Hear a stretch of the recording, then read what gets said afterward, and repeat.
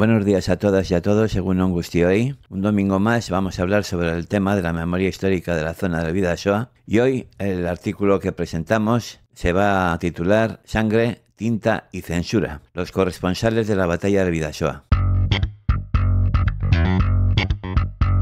Que el periodismo es un oficio de riesgo es una verdad como un puño, lo vemos todos los días. Pero en el infierno del Bidasoa de 1936 no era una profesión, era una trinchera. Mientras Hondarribía, Irún y Vera se desangraban bajo el fuego cruzado, una legión de corresponsales internacionales se jugaban el tipo para contar al mundo la crudeza de una guerra que empezaba a mostrar su rostro más salvaje. Por ejemplo, de todos los rincones del mundo llegaron. Hablamos de Edward del Puri, de United Press, de esa agencia, apostado en el bando rebelde, en el bando franquista. Robert Parker, de Associated Press, intentando mantener una neutralidad imposible y tuvo que huir de Irún a Donosti con el aliento de los disparos en la nuca. Otro de ellos sería Harold Ettlinger, de United Press, que se movía como un fantasma entre Beoví, Hendaya e Irún, desafiando la muerte en medio de los tiroteos. Desde Viriatu hablamos de Lee Dixon, que cablegrafiaba los ataques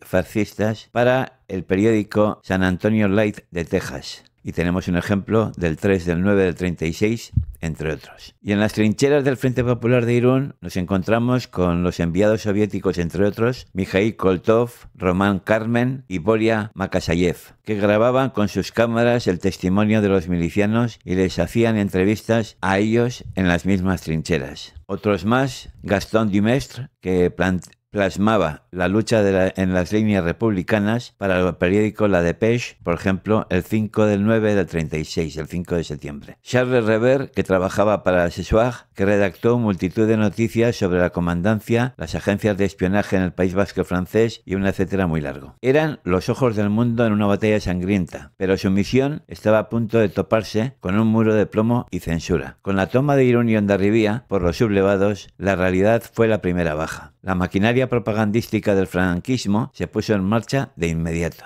En Burgos, al mando de la censura, se situó a un personaje tan oscuro como influyente, Gonzalo Aguilera, sexto conde de Alba de Yeltes, que había entrado con las primeras unidades franquistas en Irún. Su primer decreto dejó claro el clima que estaba para imponerse. Con una frialdad casi orwelliana, prohibió el uso de las palabras rebeldes o republicanos. Desde ese momento, en el lenguaje oficial solo existían las fuerzas nacionales y los rojos. La palabra convertida en arma, la realidad moldeada a golpe de censura, y Aguilera no vacilaba en usarla. A finales de 1936, Alex Small, del Chicago Tribune, fue arrestado en Irún. Un comandante militar anunció su fusilamiento. Su crimen, haber vaticinado en un artículo que Madrid no caería. Según el escritor Arthur Koester, la orden de ejecución salió directamente de Luis Bolín, jefe de la prensa franquista. Small solo se salvó por las protestas desesperadas de otro colega norteamericano. El mensaje estaba claro. Una predicción inconveniente podía costarte la vida. Otros, como Edmund Taylor, jugaba al gato y al ratón. Engañaba a los censores enviando copias inocuos a Aguilera, mientras sacaba de contrabando hacia Francia sus crónicas reales. El material que no podía ver la luz. La autocensura se imponía en los despachos de los grandes periódicos británicos y estadounidenses, que silenciaban cualquier mención a la ayuda del Eje para Franco. La verdad era un lujo demasiado peligroso, y en este pantano de control y de miedo nació en el casino de Irún un engendro falangista, la agencia Dux, creada a finales de 1937 por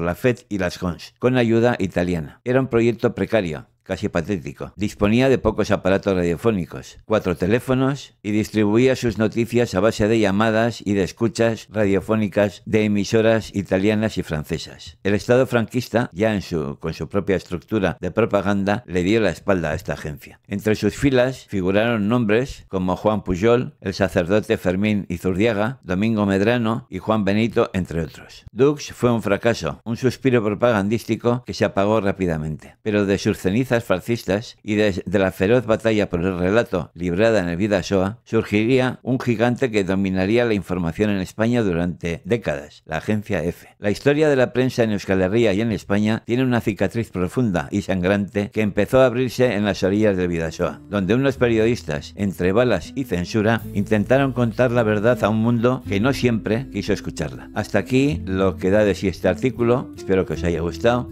Si le dais a like mejor y si os suscribís mejor todavía, ya sabéis lo que yo opino. Y nada más, muchas gracias por vuestra atención. Mi esker zuen arretagatik eta hurrengo bat arte. Ondo ibili, agur.